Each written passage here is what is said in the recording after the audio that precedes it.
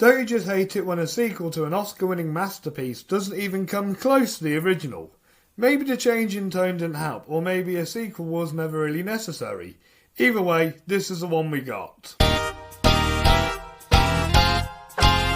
Greetings and welcome to Fright Night Flix, where every night is Fright Night.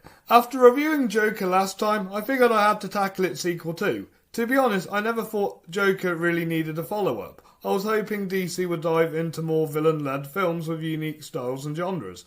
But after this, yeah, I don't see that happening anytime soon. You ruined everything! Joker Folie is the unexpected musical sequel to Joker, following Arthur, played again by Joaquin Phoenix, as he faces trial for his crimes while forming a new relationship with fellow inmate Lee, played by Lady Gaga. Unlike its predecessor, which was universally acclaimed and got a big box office record, this one got mixed reviews and completely bombed at the box office. Not a great plan. Interestingly, legendary director Quentin Tarantino praised it for what it was trying to be. So where do I stand? Is it an unnecessary sequel, or was Tarantino onto something? Let's find out. Here are my thoughts on Joker Folie, or as I like to call it, Joker 2 the Musical. Then let's get started.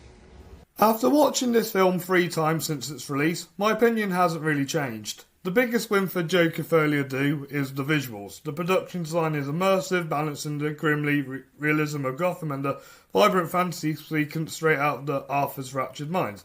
Every shot feels like a painting, gritty, surreal and meticulously crafted. The cinematography from Lawrence Sher, absolutely stunning. If this had to get one Oscar nomination, I was expecting it to get that. The visuals alone carry the film at times, making it worth watching just the aesthetic alone. I can't help it. It's so beautiful.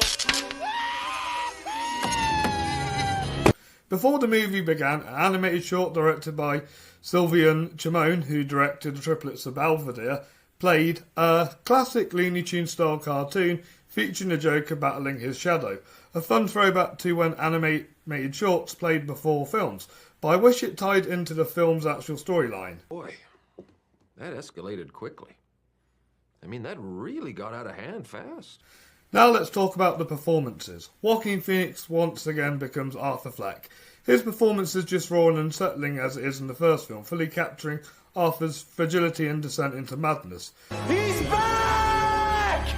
Lady Gaga as Harley Quinn, or Lee as she's called in this movie, is interesting, and while I appreciate her fresh take on the character, she hasn't quite reached the heights of Margot Robbie.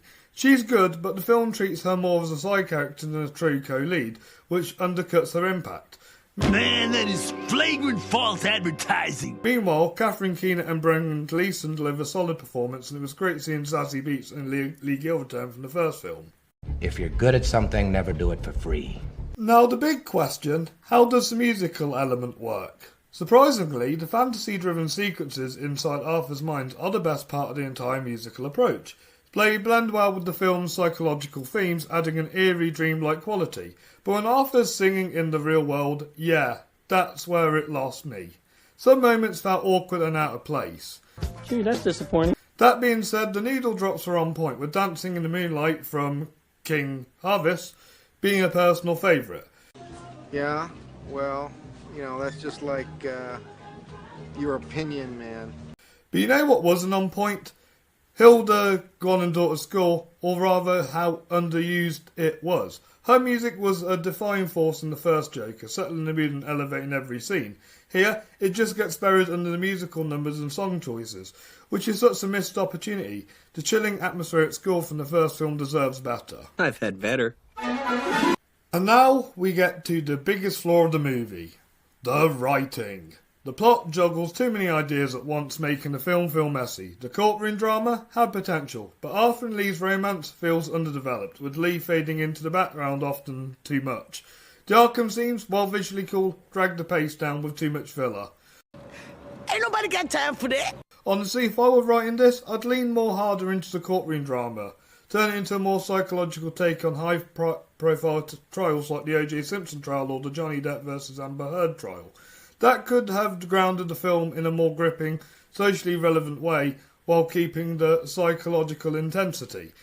It's a bold strategy, Cotton. Let's see if it pays off for him. Now, I don't blame Todd Phillips entirely for all this film's shortcomings. He's proven he can deliver when he has a strong vision. But let's be real, Warner Brothers saw the Joker box office numbers and said, yeah, we need a sequel. This film feels more like a studio push than a story that needed to be told. It's not Phillips' worst film, but it doesn't match the brilliance of the original Joker. Yes, but at least they never missed an opportunity to miss an opportunity. Before I dive into my final thoughts on Joker Folie, I just want to remind you all to hit that like button, subscribe to Fright Night Flix, and follow us on social media so you don't miss a single scare. What did you think of Joker Folie? Did you hate it, or did you think it secretly ruled? You let me know in the comments down below. Right, back to the review. No more distractions. Overall, Joker Folie isn't a bad movie. It has strengths. The cinematography, production design and performances make it worth checking out, but the writing, the pacing, the underwhelming of Hilda's score, those hold it back. It's certainly not the worst thing DC has put out, Green Lantern, but it doesn't leave the same cultural impact as the first movie did. I'm giving Joker Folie a rating of a 7 out of 10 and a 3.5 out of 5 stars. It's visually stunning, but not something I'd re-watch again. Off! Turn it off! For God's sake, turn it off! Thank you all for watching today's video. If you've enjoyed this review, feel free to check out all my past reviews and join me next time for more horror, thriller and dark cinema. Until then, keep smiling and stay spooky.